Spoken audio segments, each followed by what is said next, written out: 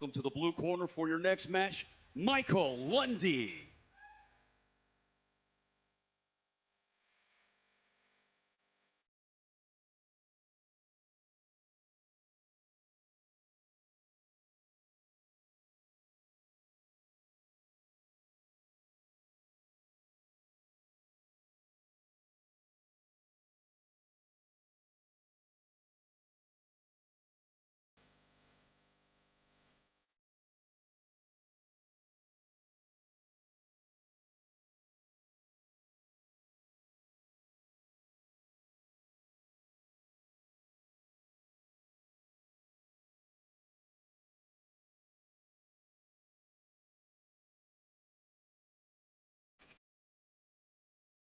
Please welcome Mark France to the red corner.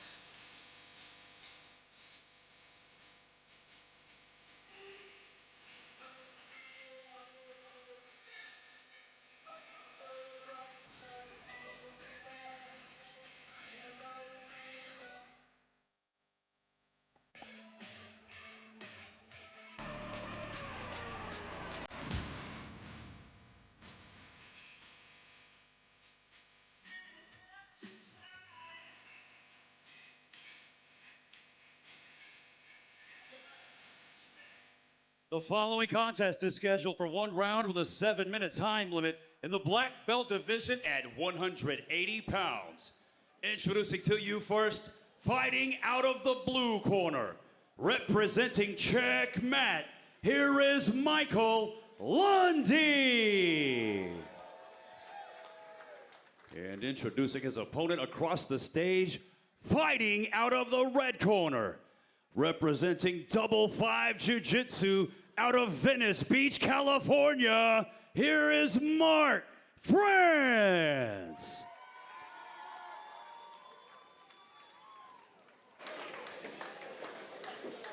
Always an interesting walkout when Mark France is on the card. Mark Francis Scuddy is actually his last name, but shortens it to France, I assume, because people probably are messing it up 100% of the time. France with a super quick guard pull.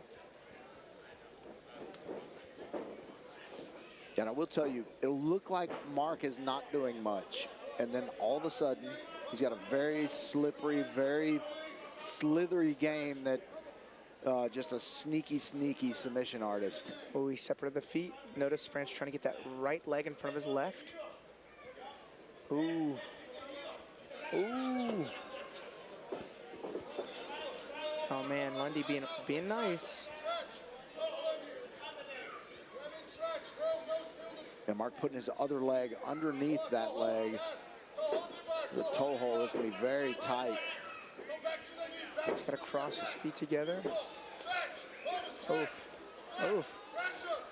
Oh my goodness. And clear that knee. Oh my. Yeah, that's going the other way. Sometimes if you feel that's the most they can bridge and nothing's broken yet, you've gotten past the worst of it. Man, notice Lundie's hands are behind his back. Yeah, he's trying to get that extra inch of space in there. Or if you put him in the front, that foot's going to move forward about 1 inch. And that's just enough to let go of the pressure. He's putting it behind his back just to try to get that fulcrum down a little bit closer to his hip.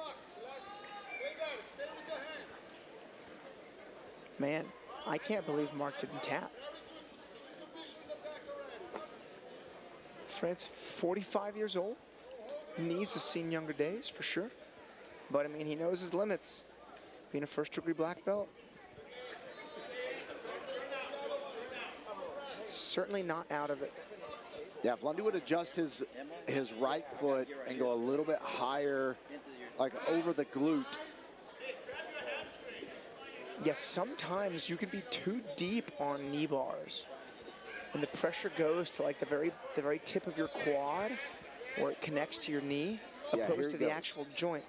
There he goes. This is, well, we switched sides, and when he did that, the fulcrum, the fulcrum left the knee left the fulcrum point. Yeah. Michael Lundie congratulating him on that flexible knee he's got there.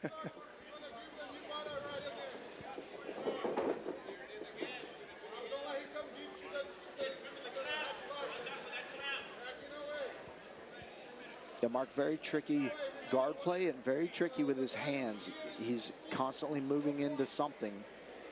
And he'll have his hand there, he'll grab a grip, he'll grab the lapel grip all the way into your sleeve. And so you cannot get that, you cannot break that lapel grip. Yeah, if you've ever had somebody reach in, Alex, and grab, imagine somebody grabbing in this far where they grab the inside. Man, it is a tough grip to break. And, you know, no matter how much you try, if they don't want to let go, it'd be really difficult. You see Mark is slowly moving that grip around the head. You see underneath, Lundie came up with a red face. He was probably choking underneath there. As I said, Mark, very crafty from the bottom. You know, I don't know how many times I've seen him in submissions like that, but obviously flexible joints and knows his limits, yeah. It's funny, Lundie looked at his coach as if he was almost being given permission to step back around for that knee bar. I remember that top half guard swinging the inside leg over knee bar was the first leg lock I ever learned. But you can ride that momentum and get on top and then base your knee on the mat, kind of pin the person on bottom. It's a great 30 seconds left. You got to go for something submission.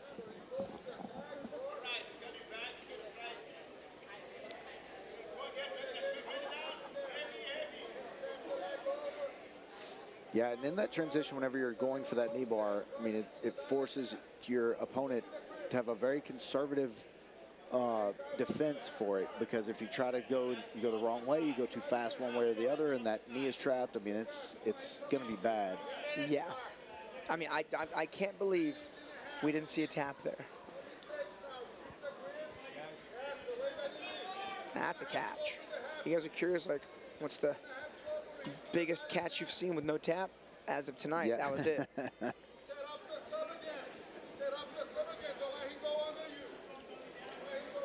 I was surprised to see how many gi matches we had on deck tonight. It's kind of a nice change of pace. I know, kind of best case scenario, we saw Austin Ronde get it done, but with a good no-gi performance at the black belt level, you can get a call up to UFC BJJ. We've seen it with two of our competitors here.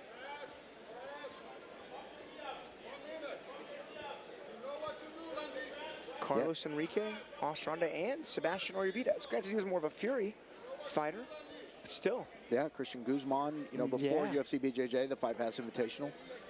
Christian Guzman on there several times. 1 minute remaining in this match. 1 minute remaining.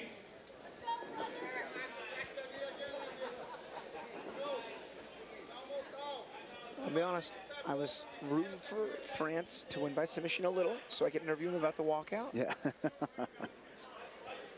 Yeah, every time I've seen him compete, he's got some kind of walkout, some kind of costume. Okay. Every single time, and it's different. Usually he's got candy. This is the first time I've seen him without candy. He usually throws it into the audience, and 30 seconds Mark's got a remaining. lot of fans here in Dallas, Texas.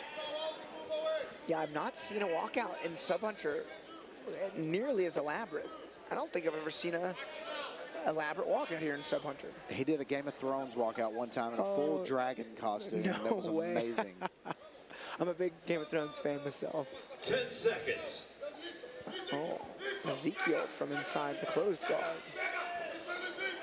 It's not a terrible attempt either. I don't think that would ever work on a Time. Mark there. I think that's a pretty clear Michael Lundie decision. I mean, that knee bar almost worth 2 catches, as dangerous as it was. Mark France definitely wins the best walkout of the night.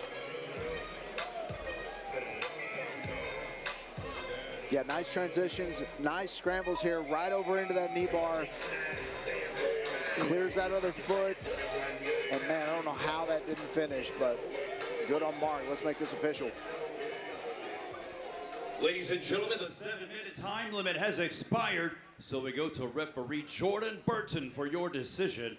Your winner of the match, Michael Lundie.